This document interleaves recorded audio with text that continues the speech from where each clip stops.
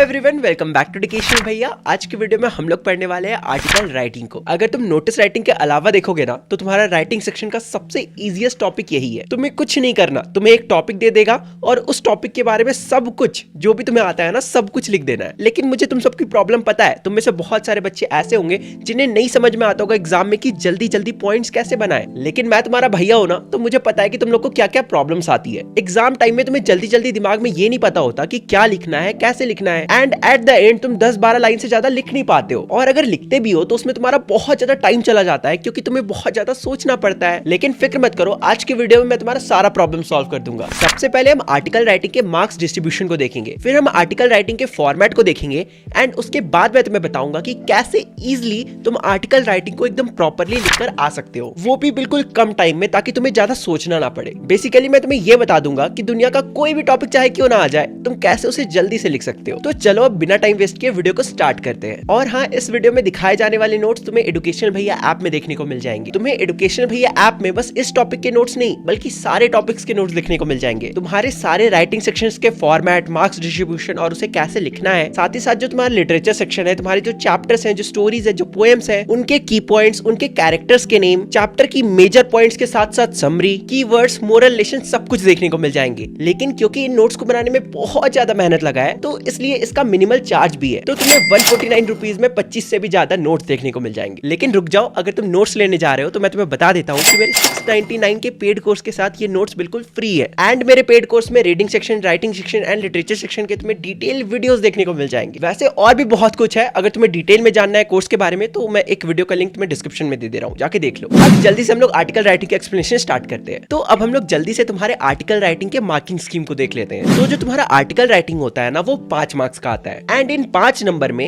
1 number तुम्हारा format का होता है, 2 नंबर तुम्हारा कंटेंट का होता है, मतलब तुम जो बॉडी में लिख रहे हो ना उसका तुम्हारा 2 नंबर होता है। एंड फिर एक्सप्रेशन का भी 2 नंबर होता है, मतलब तुम जो पूरा बॉडी में लिख रहे हो ना वो किस वे से लिख रहे हो। क्या तुम बॉडी में नए नए आइडियाज का यूज कर रहे हो, अलग अलग फ्रेजेस का यूज कर रहे हो। तो अगर तुम ऐसा कर रहे हो तो तुम्हें इन 2 नंबर में से 1 नंबर मिल जाएंगे। एंड बचे हुए 1 नंबर तुम्हें तब मिलेंगे जब तुम पूरे बॉडी में ज्यादा स्पेलिंग मिस्टेक्स नहीं करोगे या फिर ज्यादा ग्रामेटिकल मिस्टेक नहीं करोगे। ठीक है, अब यहाँ पे जो बहुत सारे बच्चों को डाउट होता है ना वो मैं क्लियर कर देता हूँ। बहुत सारे बच्चों को ये लगता है ना कि अगर वो बहुत सारे स्पेलिंग मिस्टेक्स करेंगे तो टीचर उनका ज्यादा मार्क्स काट लेंगे। लेकिन थैंक टू गॉड कि तुम लोग सीबीएसई में पढ़ रहे हो। सीबीएसई में ऐसा नहीं होता है। चाहे तुम कितनी भी गलतियां करो, तुम्हारा 1 नंबर से ज्यादा कोई भी नहीं काट सकता है, क्योंकि जो तुम्हारा बोर्ड्स का पेपर चेक कर रहे होते हैं तो उस टीचर के पास इतना ही राइट होता है कि वो तुम्हारी स्पेलिंग मिस्टेक में 1 ही नंबर काट सके। तो अगर तुम आर्टिकल राइटिंग को ढंग से लिखते हो एंड तुम बहुत सारी स्पेलिंग मिस्टेक्स भी करते हो, तब भी तुम्हें इजिली 5 में से 4 नंबर तो मिल जाएंगे। बट इसका ये मतलब नहीं है कि बहुत सारी स्पेलिंग मिस्टेक्स करके आ जाना। क्लास 12 में हो यार, शर्म करो। तुम लोग को तो स्पेलिंग मिस्टेक और ग्रामेटिकल मिस्टेक नहीं करनी चाहिए,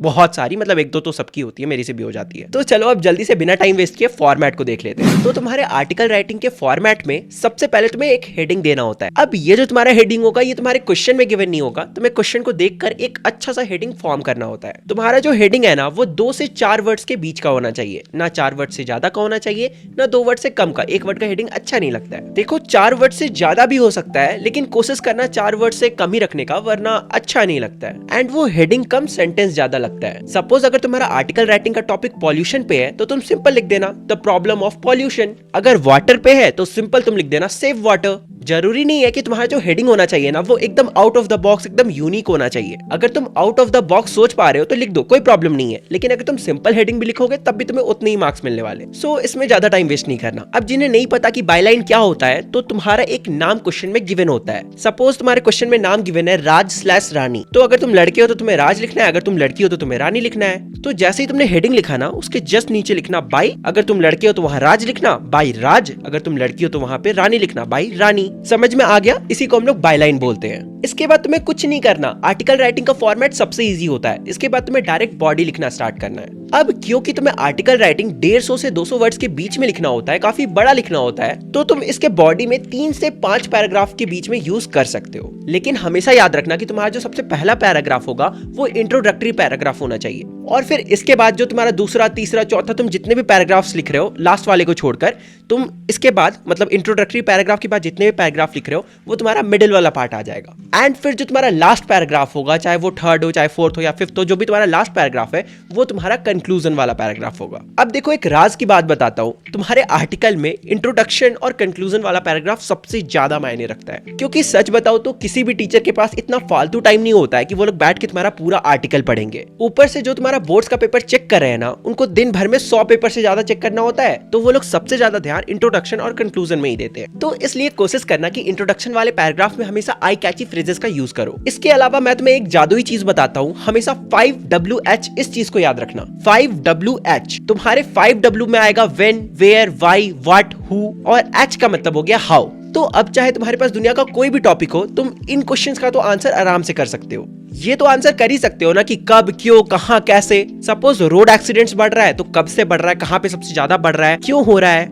इन सब क्वेश्चंस का आंसर तुम इजीली कर सकते हो और अपने इंट्रोडक्शन वाले पैराग्राफ में इजीली 10 लाइन तो लिख ही सकते हो। अगर तुम ऐसा करते हो तो इंट्रोडक्शन वाले पैराग्राफ में ही तुम्हारे 70 से 80 वर्ड्स हो जाएंगे। इसके बाद आते हैं हम लोग मिडिल वाले पैराग्राफ्स पे। अब तुम मिडिल पैराग्राफ 1 भी रख सकते हो, 2 भी रख सकते हो, 3 भी रख सकते हो, तुम्हारे पास जितना टाइम है, तुम्हारे पास जितना नॉलेज है, तुम उतना रख सकते हो। इसमें तुम कॉजेज और इफेक्ट्स के बारे में बात कर सकते हो, मेरिट्स एंड डिमेरिट्स के बारे में बात कर सकते हो, क्या स्टेप्स लेना चाहिए गवर्नमेंट के द्वारा, मीडिया के द्वारा और लोगों के द्वारा, इन सब चीजों के बारे में बात कर सकते हो। जैसे पॉल्यूशन हो रहा है तो पॉल्यूशन का कॉजेस क्या है, पॉल्यूशन का इफेक्ट क्या पड़ रहा है लोगों पे, दुनिया पे। अब देखो मेरिट्स और डिमेरिट्स तुम पॉल्यूशन के बारे में भले नहीं बता सकते हो, लेकिन अगर तुम्हारा क्वेश्चन आया सोशल मीडिया के बारे में लिखने या मोबाइल फोन्स के बारे में लिखने, तो तुम उसका मेरिट्स और डिमेरिट्स बता सकते हो। और बाकी स्टेप्स क्या लिया जा सकता है वो तुम ऑलमोस्ट सभी टॉपिक्स के बारे में बता सकते हो। तो अगर तुम इतना लिख देते हो तो फिर से तुम्हारे 10 लाइन हो जाएंगे, जो कि अराउंड 60 to 70 वर्ड्स के बीच में होंगे। अब आते हैं हम लोग लास्ट पैराग्राफ पे, जो कि होता है तुम्हारा कंक्लूजन वाला पैराग्राफ। अब देखो ये काफी इंटरेस्टिंग है, क्योंकि एग्जामिनर हमेशा हर बच्चे का कंक्लूजन वाला पैराग्राफ जरूर देखता है, क्योंकि वो लोग ऐसे सोचते हैं कि जो बच्चे होते हैं उनके दिमाग में जितना कुछ भी होता है वो लोग स्टार्टिंग में लिख देते हैं, लेकिन आखिरी में आते आते उनके पास कुछ बचता नहीं है तो वो लोग कुछ भी लिख देते हैं। तो वही चेक करने के लिए वो लोग हमेशा कंक्लूजन वाले पैराग्राफ को देखते हैं। लेकिन जो तुम्हारा कंक्लूजन वाला पैराग्राफ होता है वो सबसे ज्यादा डिफरेंट होता है, क्योंकि इसमें तुम्हें अपना खुद का ओपिनियन देना होता है। ये एक ऐसा पैराग्राफ होता है जिसमें तुम रिकमेंड कर सकते हो, अपना कमेंट पास कर सकते हो,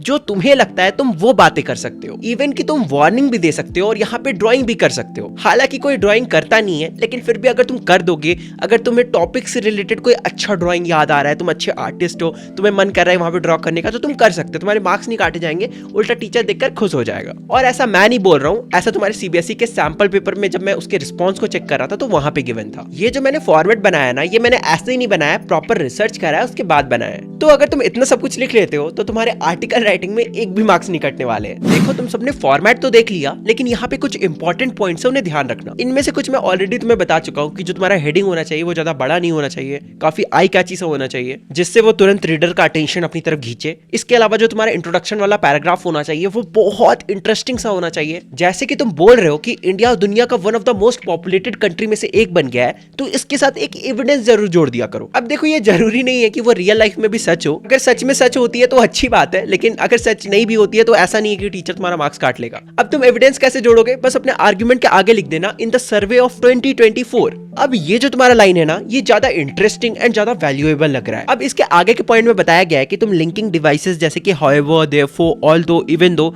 इन ऑर्डर टू, ये सब वर्ड्स का यूज कर सकते हो ताकि तुम्हारा जो सेंटेंस है वो ज्यादा बड़ा दिखे, क्योंकि अल्टीमेटली तुम्हें 150 से 200 वर्ड्स तो पूरे करने ही है आर्टिकल के। अगर तुम एक एक लाइन में पॉइंट्स देते जाओगे ना, तब तो हो गया, बन गए तुम्हारे 150 से 200 वर्ड। अब इसके बाद वाला जो पॉइंट है वो बहुत ज्यादा इंपॉर्टेंट है, ये गलती कभी मत करना। हमेशा जब भी तुम एक पैराग्राफ को चेंज कर रहे हो तो तुम्हारा जो नया पैराग्राफ होना चाहिए ना, वो एक नए पॉइंट के साथ शुरू होना चाहिए। मतलब कि कभी ऐसा मत करना कि तुम इंट्रोडक्शन में 5WH का आंसर दे दिए, लेकिन फिर पैराग्राफ चेंज करके सेम टॉपिक के ऊपर बात कर रहे हो, फिर वही चीज बता रहे हो घुमा फिरा के कि कब हुआ, कहां हुआ, कैसे हुआ। हमेशा याद रखना कि तुम्हारा आर्टिकल का नया पैराग्राफ नए पॉइंट के साथ शुरू होना चाहिए। अगर तुम्हें सेम पॉइंट के बारे में बात करना है तो सेम पैराग्राफ में कंटिन्यू करो, कोई दिक्कत नहीं। एंड एट लास्ट हमें यह बताया गया है कि जो तुम्हारा कंक्लूजन वाला पैराग्राफ होता है ना, वो one of the most important paragraph होता है, तो हमेशा कंक्लूड एकदम स्ट्रॉन्गेस्ट पॉइंट पॉइंट के साथ किया करो। लाइक अगर तुम पॉल्यूशन के बारे में बात कर रहे हो तो डायरेक्ट एकदम एंड में बोल दो कि हम सबको आगे आके पॉल्यूशन के ऊपर कुछ स्टेप्स लेना पड़ेगा, ये करना पड़ेगा, वो करना पड़ेगा। तो एकदम प्रॉपर स्ट्रॉन्गेस्ट पॉइंट के साथ कंक्लूड करना। यही सब चीजें तुम्हें इस पेज में बताया गया है। आई होप सो तुम्हें अच्छे समझ में आ गया होगा। बाकी हाँ, जो मैंने तुम्हें फॉर्मेट बताया ना,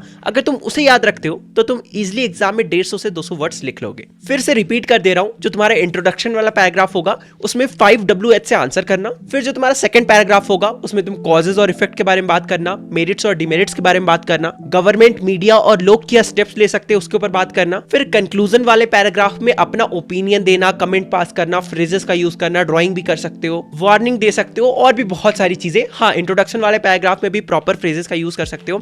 अगर तुम्हें कोई मुहावरा याद आ रहा है तो तुम उसे भी लिख सकते हो इंग्लिश में। एंड दिस इज हाउ तुम आर्टिकल में फुल मार्क्स स्कोर कर सकते हो। ठीक है, अब जाने से पहले मैं तुम्हारी एक और हेल्प कर देता हूं। देखो, आर्टिकल एक ऐसा टॉपिक है ना जिसके क्वेश्चंस ऑलमोस्ट हर साल रिपीट होते हैं। अभी मैं तुम्हें करीब 16 टॉपिक्स दिखाऊंगा और हर साल इन्हीं टॉपिक्स में से कोई एक घुमा फिरा कर आ जाता है। तो अगर तुम्हारे पास टाइम है कि तुम इन 16 टॉपिक्स के आर्टिकल को प्रैक्टिस कर सकते हो तो कर लेना, अच्छा ही है, तुम फुल मार्क्स ला सकते हो आर्टिकल में। नहीं भी कर पाओगे तो मेरे फॉर्मेट को याद रखना, कोई भी टॉपिक आए कर लोगे आराम से। ठीक है, तो अब तुम लोग से मिलते हैं किसी अगले वीडियो में। तब तक के लिए बाय बाय। एजुकेशन भैया ऐप में कोर्स को और नोट्स को चेकआउट करना मत भूलना। ठीक है, बाय बाय।